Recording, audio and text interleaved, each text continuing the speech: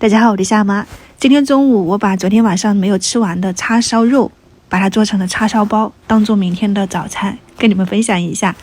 明天我就不早起了啊，让他们自己蒸一下包子吃。叉烧肉我是加那个酱汁给它剁碎了，天气冷嘛，自然就凝固了。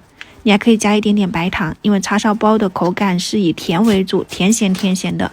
面粉要用这种低筋面粉，就是你做蛋糕的那个面粉啊，做出来的口感跟棉花一样。然后加一点泡打粉啊，我这里400克左右的低筋面粉，加4到5克左右的泡打粉，然后200毫升左右的温水，4克酵母，加一点点白糖，先给它们搅拌均匀，然后再倒进去混合均匀就差不多了。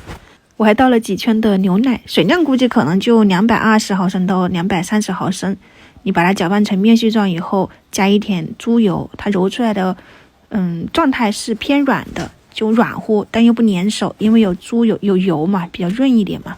你可以看一下，揉不光滑没关系，也不用发酵，用擀面杖来回的擀压，多压一压。你不要看我这压2下就好了，其实不是的，我只是为了展示一下，我到别处去给它压了大概有7、8回吧。然后你给它搓成这种面剂子，切成大小均匀的，然后再给它搓一搓，基本上就可以了。这个面其实怎么说呢，它和我们平常做馒头也都差不多，只是泡打粉会要加，因为你想要它那个暄乎一点，那肯定是要有一点蓬松的那种蓬松剂嘛。你如果不喜欢，你也可以不加，做出来的跟包子差不多。然后我放上我们的叉烧肉馅，收口捏合，我没有像那样子捏成一个三角的了啊，我只有用剪刀给它剪一下。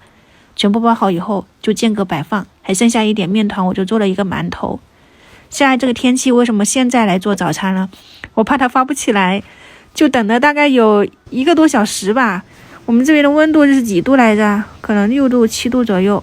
然后你发起来以后上锅一定是开大火给它蒸15到18分钟，我是蒸了16分钟的，你看一下，就全程大火，就是水开上锅蒸啊。我们今天的叉烧包就做好了。不知道为什么放到这个地方，那个灯光它就变成这种黄色了，其实那个馒头是很白的，你们参考一下，口感真的就和棉花一样，吃起来特别的暄软，然后搭配这种咸甜的叉烧酱，挺好吃的。大馒头也蒸好了。其实中筋面粉、高筋面粉、低筋面粉，任何面粉都可以做馒头啊、包子啥的，只是它咬起来那个口感不一样。高筋面粉就有嚼劲嘛，中筋面粉是我们比较常见的，低筋面粉就是真的很暄乎。晚上再见啊，拜拜。